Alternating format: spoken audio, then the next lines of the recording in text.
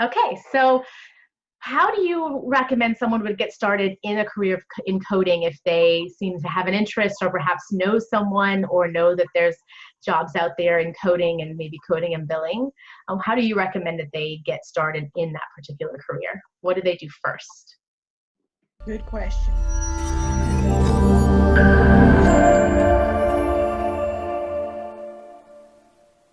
Good question. But I really wish they could find someone that they could talk to first about what exactly is medical coding, because I'm amazed at how many people will come to me thinking medical coding is the encryption for software for a computer. And I have to say, no, this coding is not coding for computer software. This is coding for healthcare. Totally different. And then a lot of people think, okay, well, I understand I won't have hands-on patient care and it's a desk job. I want to do it. It sounds like something easy. Coding is not easy. At least I don't think it's easy. And I got a couple of years, more than 26 years in it. And I don't think it's easy, still don't think it's easy.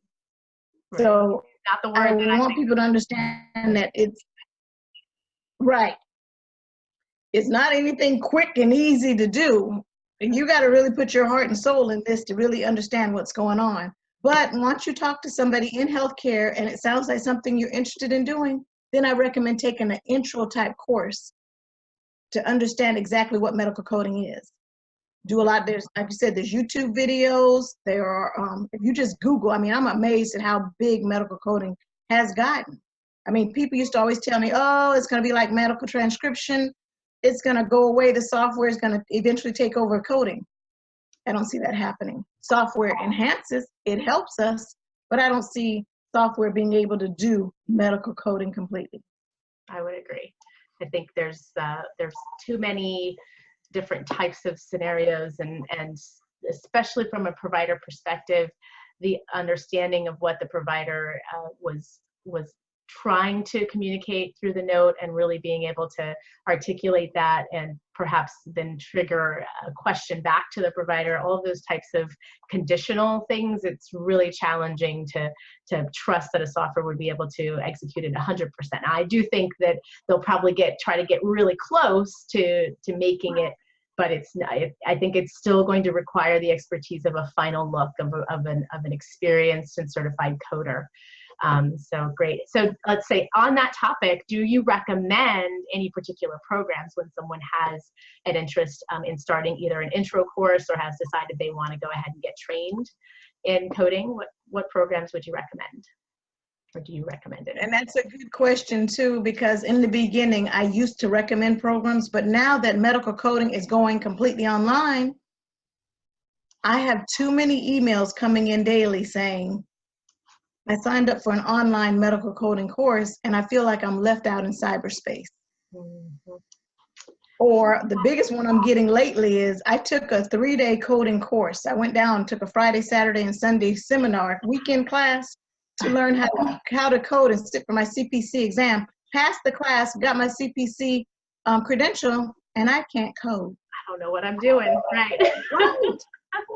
I mean, I'm shocked. They don't even know how to use the code books. And I'm thinking, no. I would rather learn slow and correctly than a quick 3-day quick learn, pass my test, and be out here and can't code. Mm. Right. You need a program that's going to teach you true application of the tools that you're learning. It's one thing to be able to just check the boxes on the tests and a whole other thing to actually be able to do the work. So correct. And you've got to understand what you're doing. Mm-hmm. Right.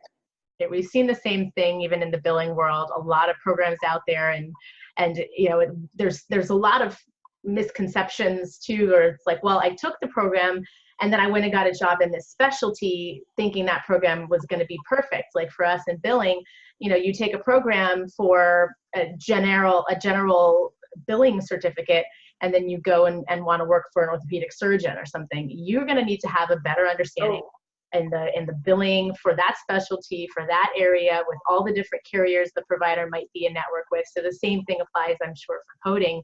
You've got to be really kind of well-versed in how to adjust. You don't necessarily have to necessarily have to drill down into specialized coding for every specialty, but it is helpful to know how to apply the tools that you hopefully have learned in your program to the real life scenario in a particular specialty. And I think a lot of programs miss that part of really giving them hands-on experience.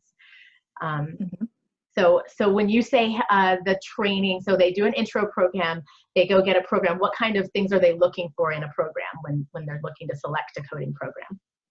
Well, I would look for more hands-on. I mean, I know it's so easy to just throw it out there, online medical coding class, but I'd want a class that would at least, even though it's online, I get to meet with the instructor once a week to go over my lessons or my assignments.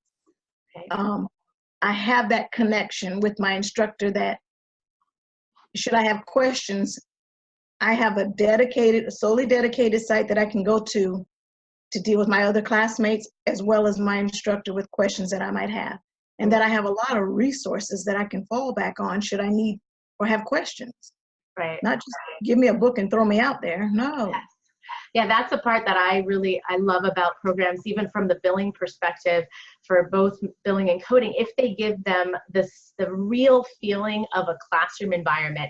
We understand that the flexibility of and the appeal of learning from the comfort of your own home or your convenient time is right. just it's unmatched, right? You can't choose a physical classroom every time, and that's a great thing to be able to enjoy the flexibility of an online class, but a class should really be able to give you an opportunity to still create the environment where you're connected with classmates, perhaps doing projects or things to further your studies together, where you get to collaborate with those classmates and make sure you're really all absorbing the information, and can take this into the marketplace.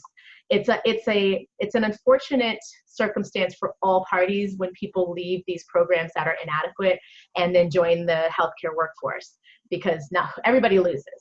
Everyone loses. You as the coder, because you're going out and marketing yourself, you are obviously going to take a lot more time to be able to get a job done, eventually probably going to be turned over in a practice because of not being able to fulfill your tasks. But then on the other side of it, you've got the patient involved who, has this bill out there that in the ultimate end, if it doesn't get reimbursed and doesn't get paid by their insurance, there's a chance it doesn't get coded properly that they might be liable for services. And then you have the provider who definitely might be at a loss because of the inadequacies of the coder. So everybody gets hurt in the process. So I would say, spend some time to really make a decision on a program that is going to give you the confidence when you leave to know the job, to know what it is in any given day, to actually sit down and say, I can do this confidently without the need of someone else in the practice or in that business necessarily to work with me 100% of the time. Obviously, there's going to be some training and some getting used to specialty, but you should be able to know the process of coding pretty comfortably, and to be able to apply it to any specialty that you're moving into. Right. Yeah. Yeah. They can't even open a code book. I'm thinking, or they don't know where the index is to look up terms in the medical code book. And it's frustrating. I know they weren't properly trained. Mm-hmm.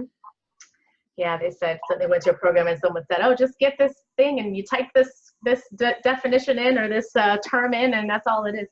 And it'll give you a code. Mm-hmm. But is it the right code? Right. Mm-hmm.